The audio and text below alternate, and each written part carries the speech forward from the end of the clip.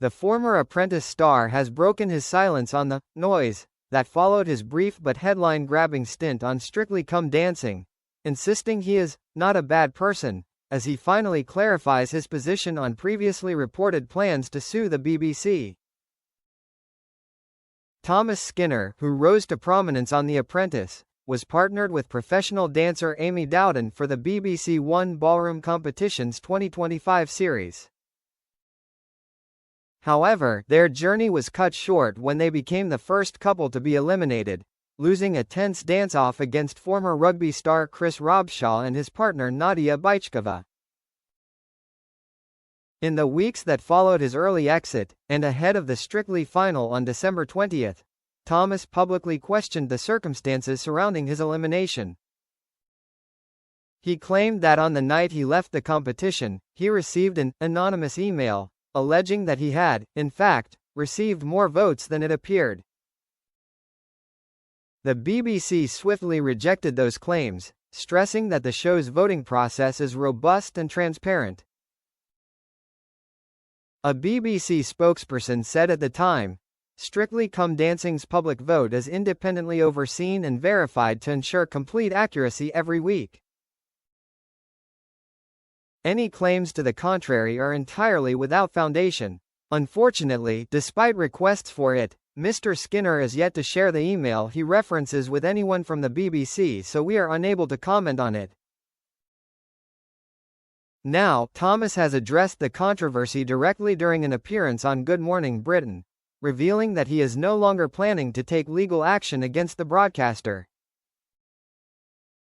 Speaking candidly about the scrutiny he faced, he reflected on his background, including working on market stalls from the age of 14, and was keen to emphasize that he feels he has been misunderstood. "I've got no rows with the BBC," Thomas said on Tuesday's, January 13, episode of GMB.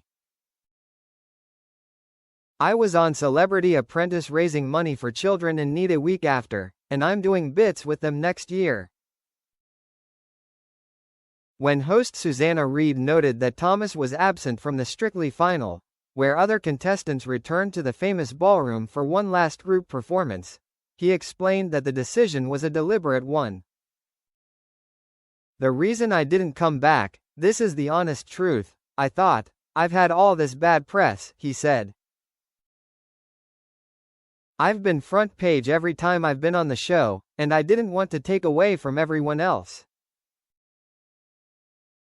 I didn't want my wife to think, oh, there's another story about us now. It wasn't fair. But anyway, I ended up being front page anyway, so it didn't really matter."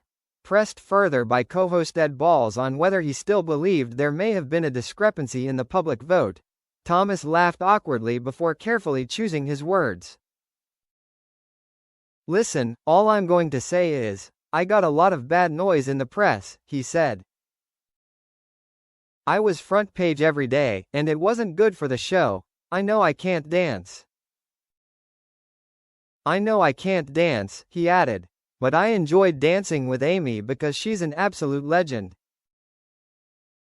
All I'm going to say is, whenever I put something on social media, I get 20 million views and about 200,000 likes." Susanna Reid then reiterated the BBC's official stance, reading the statement aloud once again. "Strictly Come Dancing's public vote is independently overseen and verified to ensure complete accuracy every week. Any claims to the contrary are entirely without foundation."